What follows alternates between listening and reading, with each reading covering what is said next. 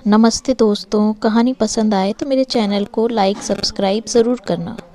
दफ्तर से छुट्टी होते ही अमित बाहर निकला, पर उसे घर जाने की जल्दी नहीं थी, क्योंकि घर का कसैला स्वाद हमेशा उसके मन को बेमज़ा करता रहता था। अमित की घरेलू ज़िंदगी सुखद नहीं थी। बीवी बात बात पे लड़ती रहती थी। उसे लगता था कि जैसे वह लड़ने का बहाना ढूंढती रहती है, इसलिए वह देर रात को घर पहुंचता, जैसे तैसे खाना खाता और किसी अनजान की तरह अपने बिस्तर पर जाकर सो जाता। वैसे अमित की बीवी देखने में बेहद मासूम लगती थी और उसकी इसी मासूमियत पर रीझ कर उसने शादी के लिए हामी भरी थी। पर उसे क्या पता था कि उसकी ज़बान की धार कैंची से भी ज़्यादा तेज़ होगी।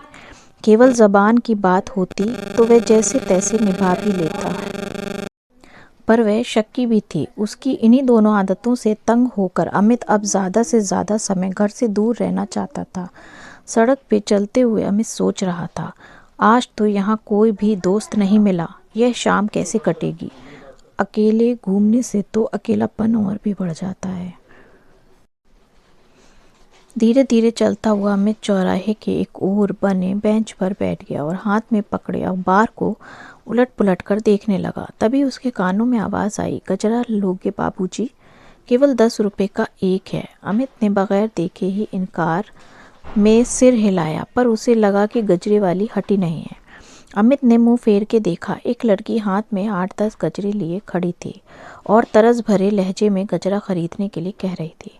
अमित ने फिर कहा, नहीं चाहिए। और गजरा किसके लिए लूं? लड़की को कुछ उम्मीद बंधी। वह बोली, किसी के लिए भी सही, एक ले लो बाबूजी। अभी तक एक भी नहीं बिका है, आपके हाथ से ही बोनी होगी। अमित ने गजरे और गजरे वाली को ध्यान से देखा। मैली कुचैली मासूम सी लड़की खड़ी थी, पर उसकी आंखें चमकीली थीं। लाओ, एक दे दो, अमित ने गजरों की ओर देखते हुए कहा। लड़की ने एक गजरा अमित के आगे बढ़ाया और उसने जेब से 20 रुपए का नोट निकालकर उसे दे दिया। खुले पैसे तो नहीं हैं, यह पहले ही बिक्री है। अमित ने एक पल रुककर उससे कहा, लाओ, एक और गजरा दे दो, 20 रुपए पूरे हो जाएंगे। लड़की ने खुश होकर एक और गजरा उसे दे दिया। जब वे जाने लगी तो अमित ने कहा, ज़रा ठहरो, मैं 2 गजरों का क्या करूँगा, एक तुम ले लो, अपने बालों में लगा लेना। अमित ने धीरे से मुस्कुराकर गजरा उसकी ओर बढ़ाया। लड़की का चेहरा शर्म से लाल हो उठा। अमित को उसकी आंखें बहुत काली और पलकें बहुत लंबी लगी। तभी वह संभला और मुस्कुराकर बोला, लो, रख लो, मैंने तो यूं ही कहा था, अगर बालों में नहीं लगाना तो किसी को बेच देना, या फुटकर पैसे मिल जाएं तो 10 रुपये वापस कर जाना। लड़की ने उस गजरे को ले लिया और धीरे धीरे कदम बढ़ाते हुए वहां से चली गई। अमित कुछ देर वहीं बैठा रहा, फिर उठकर इधर उधर घूमता रहा। जब अकेले दिल नहीं लगा तो घर की ओर चल दिया। जब वे घर पहुंचा तो देखा कि बीवी पतीले में जोर जोर से कलछी घुमा रही थी। अमित चुपचाप अपने कमरे में चला गया। कपड़े उतारते समय उसे गजरे का ख्याल आया, तो उसने सोचा कि जेब में ही पड़ा रहने दें, पर नहीं, बीवी ने देख लिया तो सोचेगी कि पता नहीं किसे देने के लिए ख़रीदा है। उसने सोचा कि क्यों ना जेब से निकाल कर कहीं और रख दिया जाए। अमित के कदमों की आहट सुनते ही बीवी उठ खड़ी हुई। वह शाम से ही गुस्से से भरी बैठी थी कि आज तो इसका फैसला होकर ही रहेगा कि वह क्यों देर से घर आता है। क्या इसी तरह जीने के लिए वह उसे ब्याह के लाया था?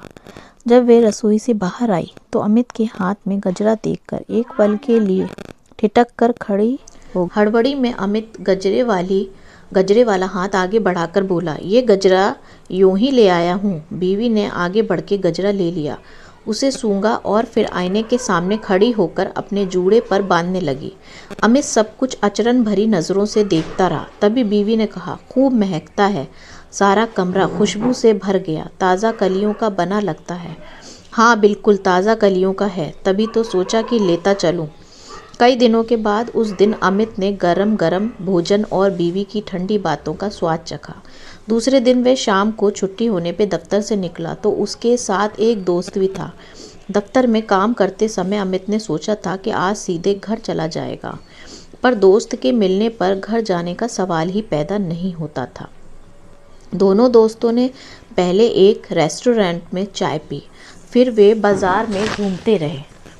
आखिर में वे समुद्र के किनारे जा बैठे। शाम को सूरज के डूबने की लाली से सागर में कई रंग दिख रहे थे। अमित का ध्यान टूटा। वही कल वाली लड़की उसके सामने खड़ी गजरा लेने के लिए कह रही थी। अमित ने लड़की से गजरा ले लिया। दोस्त ने कुछ हैरान होकर कहा, लगता है भाभी आजकल खुश हैं, खूब गजरे खरीद रहे हो।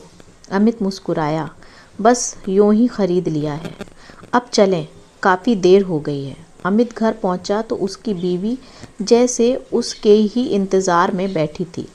वह बोली, आज तो बड़ी देर कर दी आपने, सोच रही थी ज़रा बाज़ार घूमने चलेंगे, आते हुए शीला के घर भी हो आएंगे।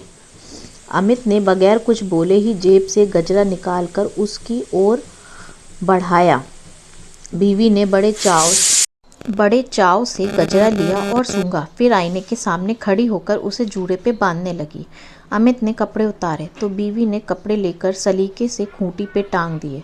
फिर तौलिया और पजामा देते हुए वह बोली, हाथ मुंह धो लो, मैं रोटी बनाती हूँ, गरम गरम खा लो, फिर बाजार चलेंगे। अमित समझ नहीं पा रहा था कि बीवी में यह बदलाव कैसे आ गया। गजरा तो मामूली सी चीज़ है, कोई और ही बात होगी। दिन बीतने लगे। अब अमित शाम को जल्दी घर चला आता। बीवी उसे देखकर खुश होती। जिंदगी ने एक नया रुख ले लिया था।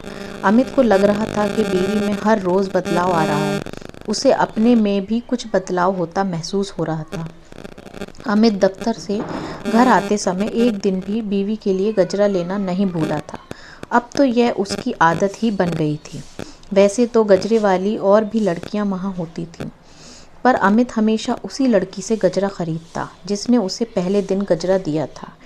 एक दिन अमित चौक में बैठा सामने की इमारत को देख रहा था कि गजरे वाली लड़की आई। अमित ने रोज़ की तरह उसके हाथ से गजरा ले लिया। पैसे लेकर वह लड़की वहीं खड़ी रही। अमित ने देखा उसके चेहरे पे संकोच था, जैसे वह कुछ कहना चाहती है। अमित ने उसकी झिझक दूर करने के लिए पूछा, कितने बिक गए अब तक? 4 बिक गए हैं, अभी अभी आई हूँ, पर बाबूजी आपके हाथ से बोनी होने पर देखते देखते ही बिक जाते हैं। फिर तो सबसे पहले मुझे ही बेचा करो, अमित उससे कहने लगा। कभी कभी तो आप बहुत देर से आते हैं, लड़की शिकायती लहजे में उससे बोली। अमित कुछ देर तक चुप रहा, फिर बोला, कहाँ रहती हो तुम? लड़की ने बताया कि वह अपनी अंधी दादी के साथ एक झोपड़ी में रहती है। झोपड़ी के सामने 2 चमेली के पौधे हैं, जिनके फूलों से वह उसके लिए ख़ास गजरा बनाती है। अच्छा, अमित बोला। लड़की का चेहरा लाज से लाल हो गया। वह एक पल को चुप रही, फिर बोली, तुम रोज़ गजरा खरीदते हो, इसका करते क्या हो? अमित मुस्कुराया, फिर कुछ कहते कहते वह चुप हो गया। आखिर लड़की ने कहा, अच्छा, मैं जानती हूँ, और अमित उसे तेज़ कदमों से जाते हुए देखता रहा। अब अमित की अधिकतर शामें घर में ही बीतने लगी थी। दोस्त शिकायत करते कि अब वह बहुत कम मिलता है, पर वह खुश भी था कि उसकी घरेलू ज़िंदगी सुखद बन गई थी। एक दिन अमित की बीवी ने उसके साथ सिनेमा देखने का मन बनाया।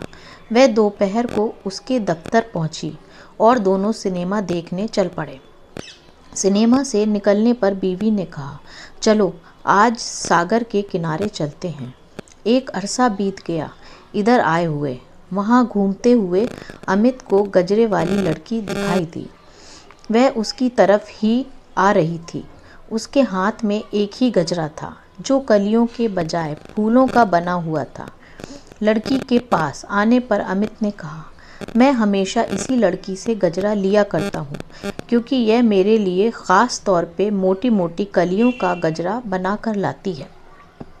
बीवी ने तीखी नज़रों से लड़की को देखा तो लड़की उसके सामने आंखें ना उठा सकी। गजरा लेने के लिए अमित ने हाथ बढ़ाया तो लड़की ने हाथ का गजरा देने के बजाय अपनी साड़ी के पल्लू में बंधा एक गजरा निकाला। मोटी मोटी कलियों का बहुत बढ़िया गजरा, जैसा कि वह रोज़ अमित को देती थी। अमित का चेहरा खिल उठा, पर उसकी बीवी तीखी नज़रों से उस लड़की को देख रही थी।